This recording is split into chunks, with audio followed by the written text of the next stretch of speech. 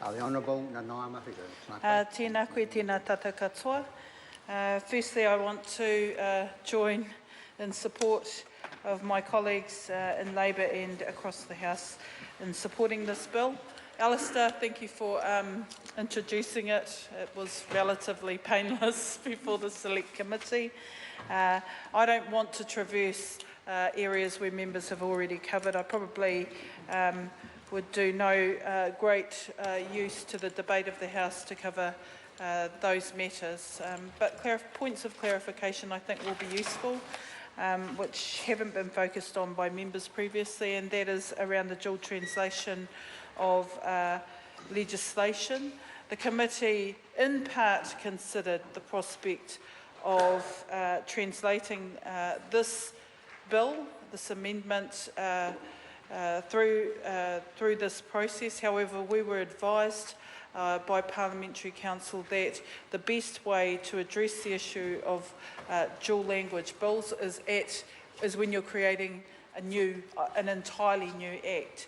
And we thought about the precedent that it would set if we were to go down the path of drafting amendments in Te Reo Māori, yet the principal act was going to remain in English, and considered that not a good precedent. However, in saying that, we saw the virtues of the Māori Affairs Select Committee starting to think about the way in which we could address the issue of dual language bills. It just so happened, however, that the Ture Whenua Māori was the bill before us, some 400 odd pages. So whether or not we eventually decide to go for a dual language bill on that particular instance remains to be seen, but it would be a good precedent-setting nature for the committee.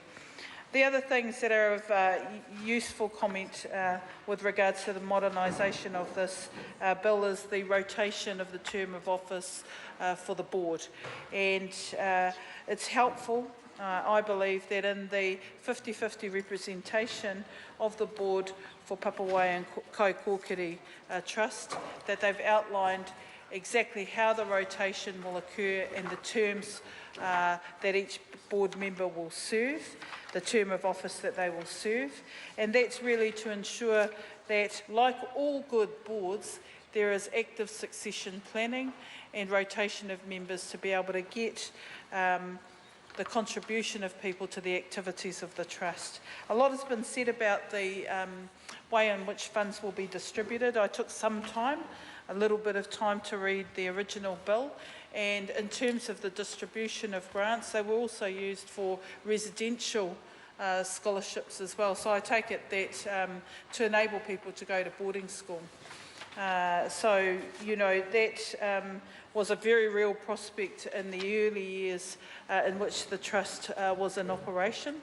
I hazard a guess that many people went to Te Aute and St Joseph's College as two schools within the Wairarapa/Kahungunu area, and that would have been a very useful a grant for families to receive to help their kids get to school and further their education.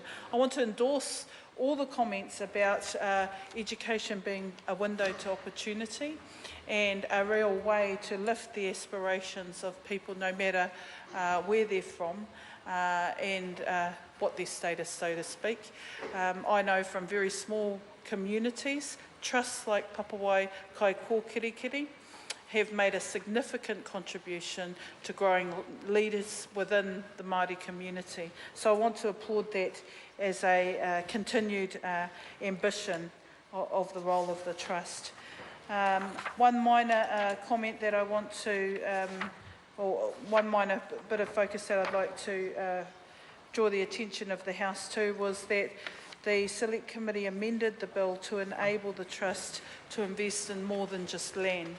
And that's just recognising that the modern investment opportunity decisions that boards are making now go well beyond land, and should the Trust want to diversify its interests in whatever way it decides fit, the bill provides for that. I think that's a really positive move forward. I also want to, like Mayor Tiria, comment on the issue of selling of land. So the corpus lands remain intact, and that's very clear. However, should the Trust want to purchase further lands and then sell them, that's fine, they can do that, but with the corpus lands, they remain intact. And I think that that comes back to the original intent of the gift that established the Trust, the strong connection since 1843 that people will have to the lands that were originally vested in Papawai Kaikokirikiri Trust, and also reaffirm the tangata whenua connection of the people in the Wairarapa to these lands, the benefits that come off them, and the distributions to the various aspirations of the board. With that said, this has had a fairly, I would like to say speedy passage, but I think an average kind of passage through the role of the Select Committee. We did give it some strong attention. We didn't want to dilly-dally around its progress before the committee. I want to mihi to those Trust members that came to the Select Committee. I think they were a little bit overwhelmed with the whole Select Committee process, but we were all the richer for hearing from them and the aspirations of their Trust and what they want to do for the future. And that just confirmed our belief that in modernising this legislation and enabling the Trust to get on with its business, have some guidance that can help its operations, would be a very positive and fruitful exercise to help them achieve their aspirations. Nō reira, tēnā tātou. I call Paul.